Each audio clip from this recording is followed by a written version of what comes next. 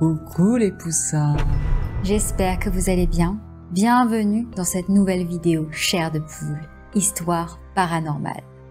Cette fois-ci, il va falloir deviner si parmi les deux histoires, il y en a une qui est vraie ou si j'ai inventé les deux histoires. Pour participer au sondage, un lien est disponible sous cette vidéo ou dans les commentaires. La bonne réponse sera annoncée dans la prochaine vidéo spoiler. Avant de commencer cette vidéo, je voulais vous faire savoir qu'en ce moment, j'organise un concours en partenariat avec une créatrice de bijoux, Alicia en Etsy, sur mon compte Instagram, Lichobit. Il y a à remporter ce magnifique pendentif en nacre à ballonne et argent massif. Donc n'hésitez pas à participer, et même si vous n'êtes pas trop bijoux, c'est un beau cadeau à offrir. J'espère que ces deux nouvelles histoires vous plairont. Et c'est parti.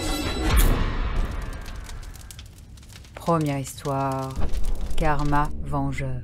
C'est une certaine Mélodie qui nous partage ici un terrible souvenir qui date d'il y a 10 ans. Elle dit qu'à ce moment-là, elle avait 29 ans et vivait en France, à Lille. Cela faisait quelques années déjà qu'elle exerçait le métier d'infirmière libérale. Même si elle était souvent très fatiguée, elle adorait sa profession car elle aimait prendre soin des gens. Mélodie raconte qu'elle se rendait régulièrement chez une vieille dame nommée Martine, âgée de 84 ans à l'époque, et qui souffrait d'insuffisance cardiaque et d'ostéoporose. Mélodie appréciait beaucoup Martine. C'était l'une de ces rares patientes qui avait toujours le sourire et qui avait une grande ouverture d'esprit. Quand elles étaient ensemble, elles ne voyaient jamais le temps passer. Mélodie précise que la maison de Martine était située un peu en dehors de la ville et qu'elle était magnifique. Elle trouvait la décoration à l'intérieur très originale.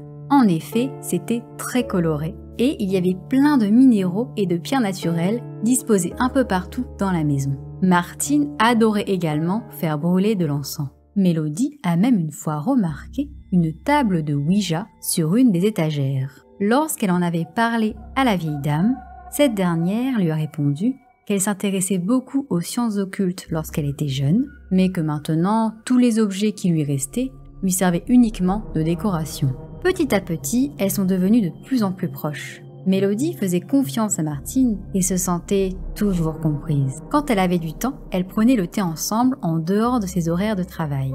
Un jour, Mélodie a confié à Martine: « Tu te souviens de ma voisine Béatrice ? Elle m'a encore fait une crasse aujourd'hui.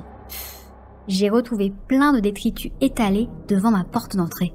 J'en peux plus de son comportement. Tout ça parce qu'une fois j'ai eu le malheur de lui dire de baisser le son de sa musique. J'aimerais tellement qu'elle déménage. » Martine lui a répondu: « Elle ressemble à quoi déjà ? Tu as une photo à me montrer ?»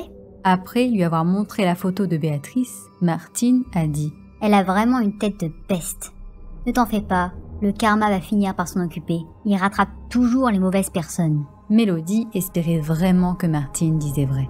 Cela faisait des semaines que sa voisine lui jouait de sales tours. Et elle ne pouvait pas porter plainte car elle n'avait pas de preuves concrètes. Et en général, les plaintes de voisinage étaient classées sans suite. Quelque temps plus tard, alors qu'elle rendait visite à Martine, cette dernière lui a demandé: « Qu'est-ce que tu as au visage ?» Mélodie lui a répondu: « Oh, c'est rien. Enfin, si, mais c'est réglé. J'ai quitté Jonathan, tu sais, mon compagnon. J'ai appris qu'il me trompait avec une de ses collègues. Et quand je lui ai dit que c'était terminé entre nous, il m'a frappé au visage. » Martine, choquée, a dit: « Quoi ? Mais quelle ordure ! Tu as porté plainte, j'espère. Il ne faut pas laisser passer ça. » « Non, c'est bon, je le reverrai plus jamais. S'il m'embête à nouveau, je le ferai, promis. Tu verras, la vie s'occupera de lui.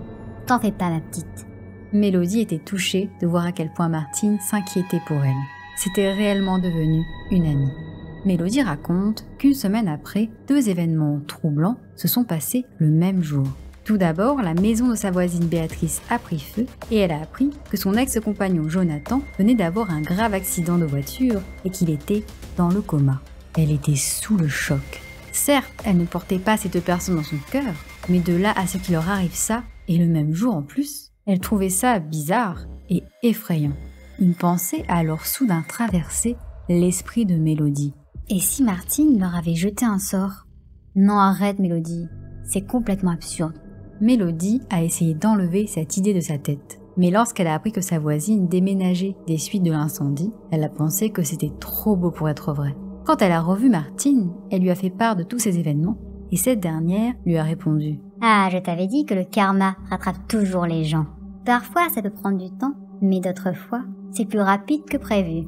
Mélodie raconte qu'elle n'a pas osé lui demander si c'était elle qui avait jeté un mauvais sort à sa voisine et à son ancien compagnon. Elle ne voulait pas passer pour une folle ou risquer de créer un malaise entre elles. L'année suivant ces événements, Martine est malheureusement décédée et Mélodie ne saura jamais si c'était simplement une coïncidence ou la volonté de Martine. Deuxième histoire, hôtel inhospitalier. C'est un certain Stéphane qui nous fait part ici d'un événement terrifiant qui s'est produit il y a 5 ans environ. À l'époque, il avait 24 ans, était étudiant et vivait aux États-Unis dans le Montana. Au mois de mai de cette année-là, il devait se rendre chez son meilleur ami Logan qui fêtait ses fiançailles. Comme Logan vivait dans le Colorado, il y en avait pour 12 heures de route en voiture. À la moitié du chemin, Stéphane s'est arrêté dans un petit hôtel pour passer la nuit. Une fois garé, il s'est rendu compte que l'hôtel était délabré et qu'il y avait seulement 2 voitures en plus de la sienne sur le parking. Stéphane raconte que la réceptionniste avait un comportement robotique et qu'elle n'avait pas l'air d'aimer son boulot. Il ajoute aussi que les tables et les chaises étaient poisseuses. C'était selon lui le genre de meuble qu'on s'attendait à retrouver au bord de la route. Le papier peint était lui aussi très sale et de mauvais goût. Stéphane dit qu'il n'en a pas tenu compte car il était seulement là pour la nuit.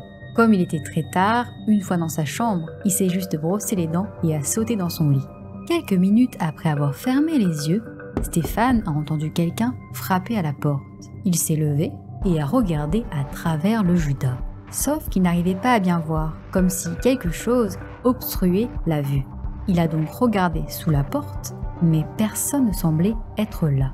Stéphane a ensuite légèrement ouvert la porte pour jeter un œil dans le couloir et il n'a vu personne. Il a alors ouvert complètement et a regardé autour de lui, mais encore une fois, rien. Stéphane a alors pensé « Quelqu'un me fait une farce ou quoi ?»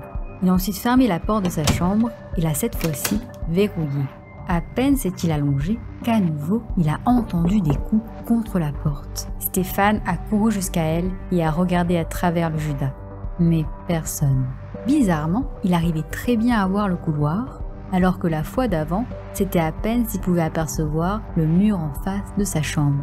Il a alors ouvert la porte et a à nouveau regardé de chaque côté du couloir, mais toujours rien. Très agacé, Stéphane s'est rendu à la réception et s'est adressé poliment à la réceptionniste. « Il y a quelqu'un qui s'amuse à frapper à ma porte. Est-ce que c'est possible de vérifier les images des caméras de surveillance pour voir qui ça peut bien être ?»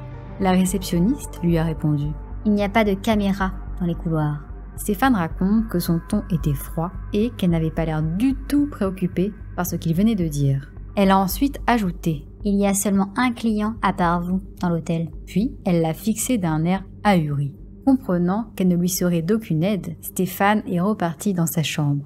Une fois dans le lit, il a éteint la lumière, a mis ses écouteurs et a lancé une longue vidéo de relaxation sur YouTube. Non seulement ça allait l'aider à s'endormir, mais il n'allait aussi plus entendre si quelqu'un venait encore l'embêter. Au bout d'un moment, ne réussissant toujours pas à dormir, il s'est mis sur le dos et a regardé tout autour de lui. Soudainement, il a aperçu une immense silhouette humanoïde dans le coin de sa chambre. La tête touchait le plafond. Le cœur battant, il s'est jeté hors du lit et a allumé la lumière. Mais une fois la pièce éclairée, il n'y avait rien dans le coin de la chambre. Stéphane raconte qu'il s'est assis sur son lit pour essayer de rationaliser ce qu'il venait de voir. Une fois calmé, il a éteint la lumière et s'est à nouveau allongé dans son lit. Puis, il a remis ses écouteurs pour continuer d'écouter la vidéo de relaxation. Mais 2 minutes plus tard, Stéphane n'a pas pu s'empêcher de scruter la pièce à nouveau. Et à son grand effroi, il a alors aperçu au coin de la chambre l'immense silhouette. Et elle semblait mesurer 3 mètres. Stéphane a rampé jusqu'au pied du lit pour regarder de plus près. Il a alors vu un long bras en train de se balancer le long du corps de la silhouette. Il a rapidement allumé la lumière et encore une fois, plus aucune trace de l'ombre. C'était la goutte de trop pour Stéphane. Il a rapidement rassemblé ses affaires, quitté la chambre et a rendu les clés à la réceptionniste en lui disant qu'il libérait sa chambre plus tôt. Cette dernière n'a rien répondu et est retournée à ses occupations. Stéphane a repris la route et s'est seulement arrêté lorsqu'il a trouvé un autre hôtel où dormir. Rien de paranormal ne s'est passé dans sa nouvelle chambre et il a pu finir sa nuit paisiblement. Il finit par dire qu'il est persuadé que cet hôtel était hanté et que plus jamais il n'y mettra les pieds. Voilà, j'ai terminé de vous raconter les 2 histoires. J'espère qu'elles vous ont plu. Si c'est le cas, n'oubliez pas de mettre un j'aime à cette vidéo et de me dire dans les commentaires quelle est l'histoire qui vous a fait le plus peur. Et encore une fois, si vous souhaitez participer au sondage, un lien est disponible sous cette vidéo. Et si le sondage est terminé, vous pouvez accéder à la vidéo spoiler en cliquant ici, sur ce lien. N'oubliez pas de vous abonner à la chaîne si ce n'est toujours pas fait, et d'activer la petite cloche de notification en choisissant l'option toutes pour ne pas rater les prochaines vidéos. La citation du jour est « Ne soyons pas nos peurs, soyons nos possibilités ». Je vous dis à bientôt dans une prochaine vidéo flippante. Au revoir les poussins.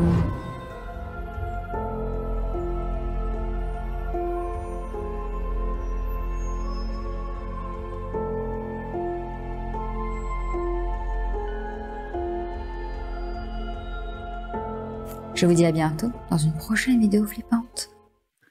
Au revoir les poussins.